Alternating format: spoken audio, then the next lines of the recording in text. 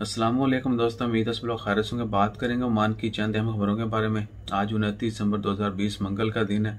पहली खबर बड़ी अफसोसनाक खबर है। एक पाकिस्तानी नौजवान जिनका नाम सलमान खान था, उनकी उम्र 26 साल है और वो 26 दिसंबर 2020 से लापता हैं अपने घर से। बुरेमी में वो रहते थे। अगर किसी दोस्त अब आपको उनके बारे में पता चले तो वो ज़रूर आरओपी के नियरेस्ट सेंटर पर रिपोर्ट करें या 9999 टोल फ्री जो नंबर है उसके ऊपर, आप हेल्पलाइन जो नंबर है उसके ऊपर डायल करके रिपोर्ट भी कर सकते हैं। दुआ करें अल्लाह ताला इनको खैर वाफियत के साथ जो है वापस लाएं इंशाल्लाह खैर। इसके अलावा दूसरी खबर है GCC summit, gulf cooperation council के जितने भी रुकन हैं गल्फ मालिक, उनकी समिट होने जा रही है सऊदी अरेबिया में। तो उसके लिए शाह जो हैं सऊदी किंग जो हैं शाह सलमान, उन्होंने हिज मजेस्टी सुल्तान हैतम बिन तारिक को भी इनवाइट किया है और hopefully they will attend that also. दुआ करते हैं। इसके अलावा सऊदी वज़ीर ख़ारजा जो हैं वो नेक्स्ट मंथ जनवरी में पाकिस्तान का विज़िट भी कर रहे हैं। तो सियासी सूरत हाल जो है वो गल्फ़ में और बाकी ममालिक में, एशिया में जो है काफ़ी ऊपर नीचे हो रही है। दुआ करें सब खैर वाफियत से रहे इंशाल्लाह खैर।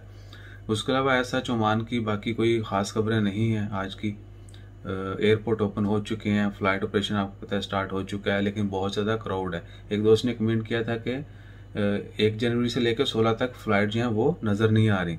तो भाई इस्लाम एयर की तो हम लोगों ने ऑलरेडी टिकट्स बुक की हैं।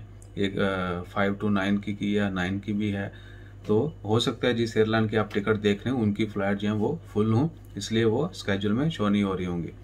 तो कोशिश करें कोई और एयरलाइन जो है वो सिलेक्ट कर लें।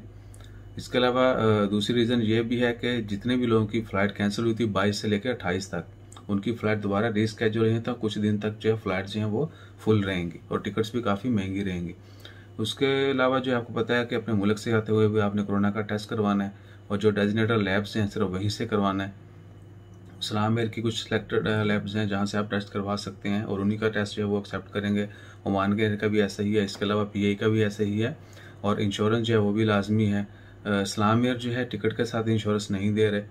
इसके अलावा ओमान एयर अभी तक टिकट के साथ इंश्योरेंस फ्री दे रहे हैं।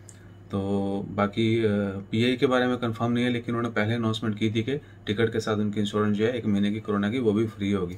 और दूसरा ये भी था कि ओमान आने के बाद बेशक आपका 1 दिन का स्टे हो, 2 दिन का हो, 4 का हो, आपने क्वारंटाइन लाजमी करना है। पहले विजिटर्स के लिए ख़त्म कर दिया था, जिनका 7 दिन से कम स्टे था उनके लिए क्वारंटाइन लाजमी नहीं था, लेकिन अब उनके लिए भी लाजमी है।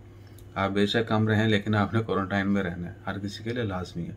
और मस्कत एयरपोर्ट के ऊपर भी टेस्ट जो है वो हर हाल में होगा। उसके लिए आप अपॉइंटमेंट जो है ऑनलाइन भी ले सकते हैं, अदरवाइज़ आपको मस्कत एयरपोर्ट के ऊपर पहुंचने के बाद टाइम जो है काफ़ी लगेगा। तो ये बहुत सारी चीज़ें जो हैं पहले भी आपके साथ शेयर की जा चुकी हैं।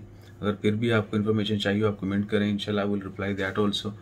और इंशाल्लाह खैर जैसे मज़ीद अपडेट्स आती हैं, इंपॉर्टेंट अपडेट्स, वो भी आपके साथ शेयर करते हैं। अपना ख्याल रखिएगा, दुआ में याद रखिएगा। जज़ाकल्लाह, अल्लाह हाफ़िज़।